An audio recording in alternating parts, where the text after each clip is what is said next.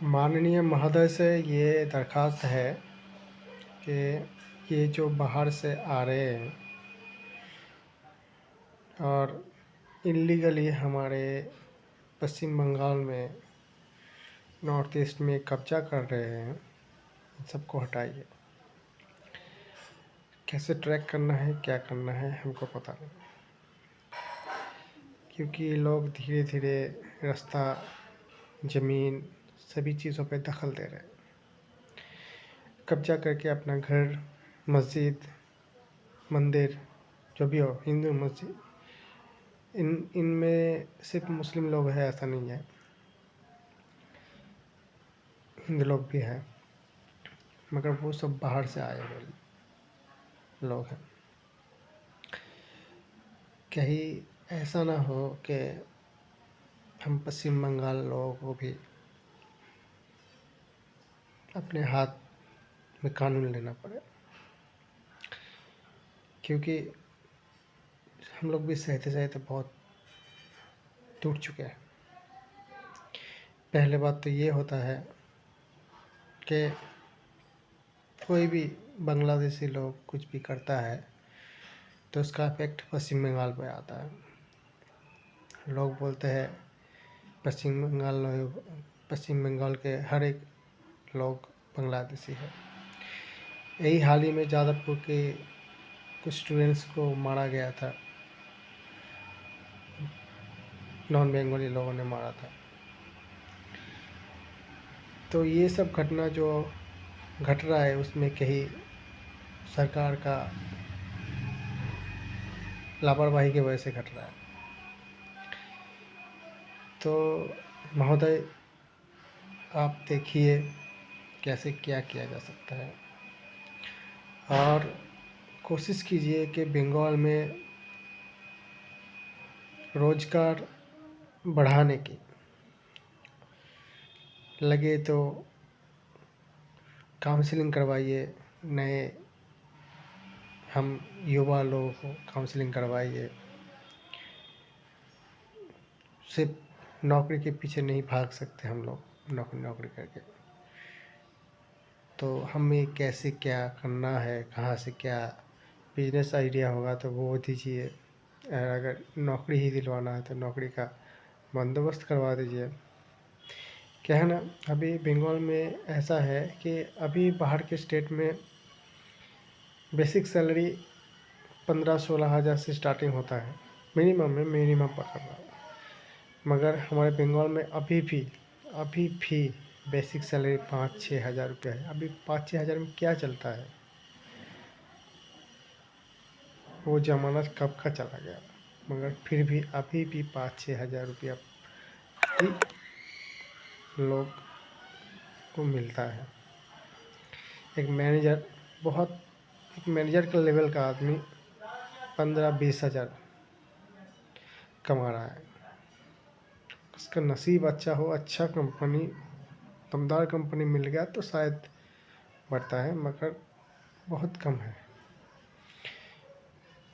ये मैं नहीं बोल रहा हूँ हर किसी को अच्छा वेतन मिलना चाहिए, मगर बेसिक नीड तो कम से कम होना ही चाहिए।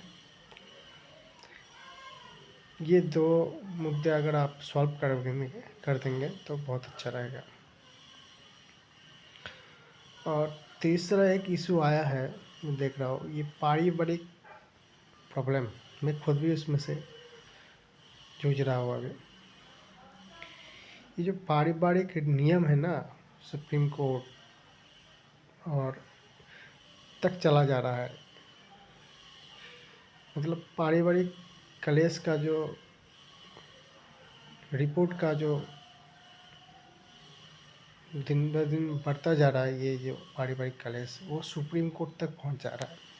हाल ही में मैंने एक न्यूज़ देखा था, उसमें सुप्रीम कोर्ट के पास इतना बोझ बढ़ रहा है कि पारिवारिक कलेश का, कहीं सुप्रीम कोर्ट डिवोर्स कोर्ट में ना बदल जाए, ये सोच रहा है।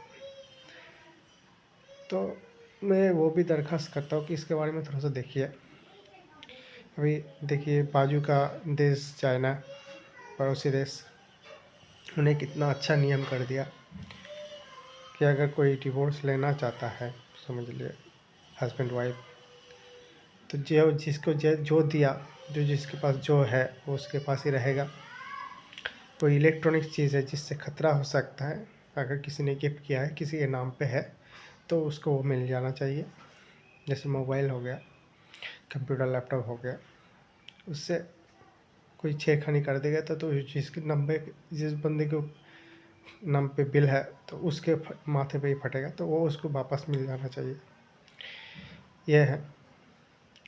और अगर पति पत्नी अपने एक दूसरे से नहीं रहना चाहते तो उसको तुरंत तलाक मिल जाना चाहिए। कोई एलिमनी का सिस्टम नहीं रहेगा। और मेरा भी कुछ इसके ऊपर है, कुछ सजेशन है। एक ऐसा कर सकते हैं, अगर पति पत्नी का बच्चा 21 साल से नीचे है, 21 साल से नीचे, वो चाहे लड़की हो या लड़का हो, तो उन दोनों को डिवोर्स नहीं मिलेगा, चाहे जो भी हो जाए, मार धाड़ काट पाट जो भी हो जाए, नहीं मिलेगा। 21 साल हो जाने के बाद वो लड़के को माँ और बाप का 50% प्रॉपर्टी मिलना चाहिए। अगर वो 2 बच्चा मिले, जो 50% काट के वो प्रॉपर्टी दो दो बटे में भाग करके दोनों बच्चे को मिलना चाहिए। ऐसा होना चाहिए। और ऐसा भी, ये भी देखना चाहिए कि वो बच्चा वो प्रॉपर्टी किसी को बेच ना पाए जब तक उसका उम्र 40 साल नहीं हो जाता। क्योंकि अगर वो बाद में प्रॉपर्टी किसी को, उसको बहला फुसला के कोई ब्रेन वॉश करके ले लेगा तो उसका घाटा हो जाएगा, चाहे मम्मी का फैमिली लोग हो या पापा का फैमिली लोग हो। तो ये भी देखना चाहिए। और अगर नहीं रहना चाहते उसको काहे, उसको एक जगह पे बंद करके रखे, काहे लोगों को जोड़ के रखने का। नहीं रहना चाहते, नहीं रहना चाहते, खलास, ख़त्म। और ये जो फर्जी केस दर्ज किया जा रहा है उसको थोड़ा सा देखिए। उसके पैसे भी फैमिली का लेस ज़्यादा बढ़ रहा है।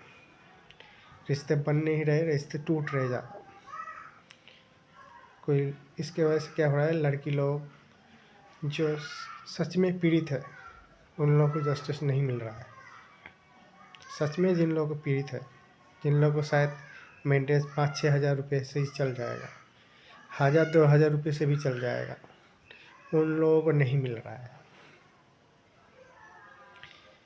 आप लोग ये ऐसा सिस्टम कर सकते हैं, अगर जो दूसरा बारे मतलब जो विक्टिम है वो गलती उसी की है, मतलब वो दोषी पाया गया तो उसको सज़ा मिले, 2 साल 3 साल का सज़ा मिले, या फिर उसको फाइन भरना पड़ा ह्यूज।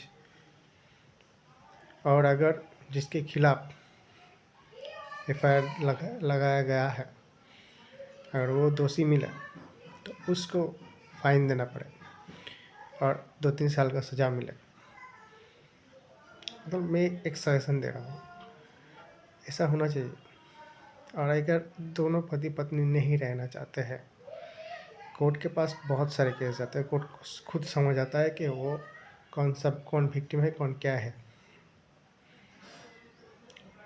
तो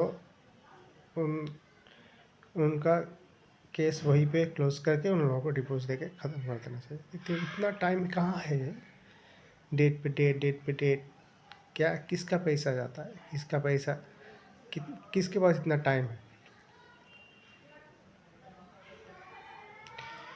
ये कुछ चीज़ों पे ध्यान दीजिए। पहला जो मैंने बताया कि ये जो बाहर के आए हुए लोग बंगाल में कब्जा कर रहे हैं धीरे धीरे, पश्चिम बंगाल में, उसको बंद करवाइए। ठीक है। दूसरा, कामकाज के बारे में देखिए, रोज़गार बढ़े आदमी का, वो थोड़ा सा देखिए।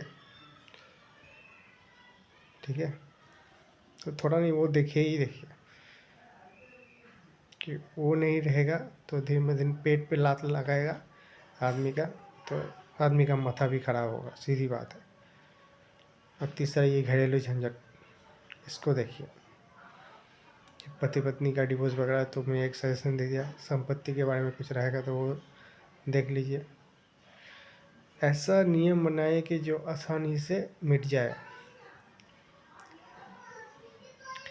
और जो सच में विक्टिम है उसको जस्टिस मिले।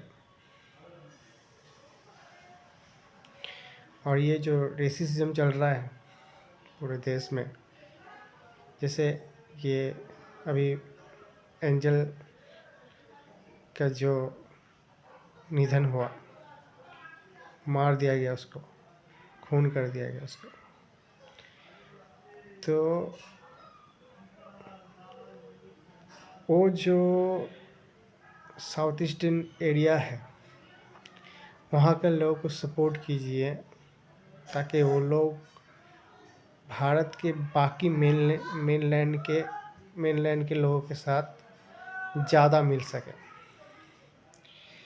चाइनीज़ फिल्मों को ज़्यादा मत दिखाइए, वहाँ के लोगों को खड़ा कीजिए, वहाँ के लोगों को प्लेटफॉर्म दीजिए कि वो लोग आके देश के बाकी लोगों के साथ घुल मिल सके। तभी हमारे देश के जो लोग हैं वो भी समझ पाएंगे, नहीं भाई वो चाइनीज़ लोग नहीं है, वो हमारे ही लोग हैं। क्योंकि वहाँ के लोग ज़्यादा यहाँ पे दिखाई नहीं देते हैं मेनलैंड में, या फिर हम लोग उसके बारे में ज़्यादा जानते नहीं हैं। और उसी का फ़ायदा लेके कुछ लोग उन लोगों को बुली करते हैं, मार पीटते हैं। ऐसा होता है। सिर्फ उन लोगों के साथ ही नहीं हो रहा है, ये हम बंगाली लोगों के साथ भी हो रहा है। हम बंगाली लोग जब बाहर काम के लिए जाते हैं या फिर घूमने जाते हैं या कुछ करने के लिए जाते हैं, ऐसा बहुत जगह पे देखा गया है कि हम लोगों के ऊपर डंडा मारा गया हम लोगों को बिना कुछ जाने पहचाने। अब हम लोगों को अपमान किया गया ये बोल के कि हम लोग बांग्लादेशी है। क्यों? अरे आज अगर दिल्ली कैपिटल नहीं रहता, कि दिल्ली पे कैपिटल नहीं बनाया जाता तो कोलकाता ही कैपिटल होता। तब क्या हम लोग आप लोग को बोलते भाई तुम तो पाकिस्तानी हो? क्योंकि आप लोगों का भाषा उर्दू भाषा लगभग मिलता जुलता है।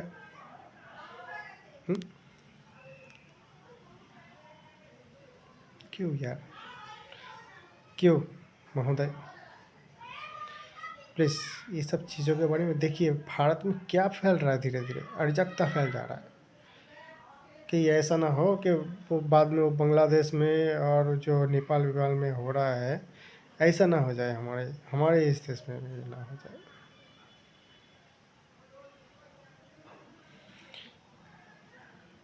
क्योंकि आम आदमी का पीठ ना थक चुका है, दीवार में वो लग चुका है और कहीं जाने का जगह है नहीं।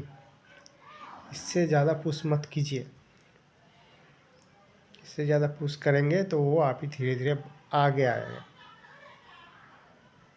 नियम को अपग्रेड कीजिए।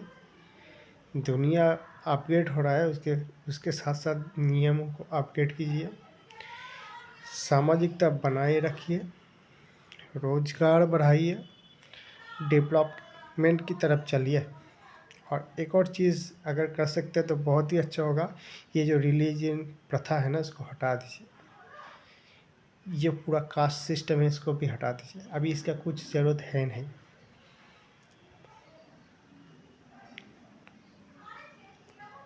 जिसका रिलीजन रहेगा वो अपने छाती पे रखे। कहीं पर भी लिखने की ज़रूरत नहीं कि हम मुस्लिम हैं, हम हिंदू है। कहीं फॉर्म पे कहीं एप्लीकेशन देने में कुछ लिखने की कुछ ज़रूरत नहीं है।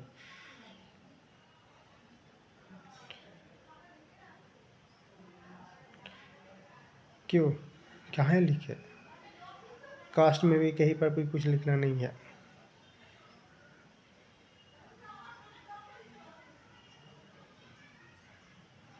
प्लीज़ ये सब थोड़ा सा देखिए क्या फैल रहा है देश में धीरे धीरे।